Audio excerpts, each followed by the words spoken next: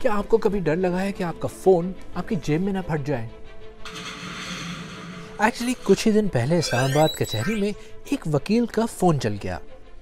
वो जो फ़ोन इस्तेमाल कर रहे थे उसमें लिथियम बैटरी लगी थी। इनमें अगर कोई ख़राबी हो तो वो फट सकती हैं। तो आप इसको किस तरह प्रिवेंट कर सकते हैं?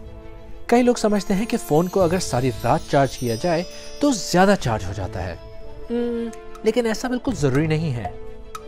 नई जनरेशन के स्मार्टफोन 30 मिनट से 2 घंटे में चार्ज हो जाते हैं, मगर रात भर आपके फ़ोन को चार्ज करने से इसकी बैटरी कमज़ोर ज़रूर हो सकती है। इसके अलावा कुछ और चीज़ें भी मोबाइल फ़ोन की बैटरी बढ़ाने में मदद कर सकती हैं। फ़ोन में लेटेस्ट सॉफ्टवेयर डाउनलोड करें। फ़ोन के ओरिजिनल या सर्टिफाइड चार्जर्स का इस्तेमाल करें। हो सके तो फ़ोन को 100% चार्ज ना करें। और अगर फ़ोन मुसलसल गर्म हो रहा हो या बैटरी फूलने लगे तो फ़ोन कंपनी से मुंसलिक किसी रिपेयर शॉप के पास इसे फ़ौरन लेकर जाएं।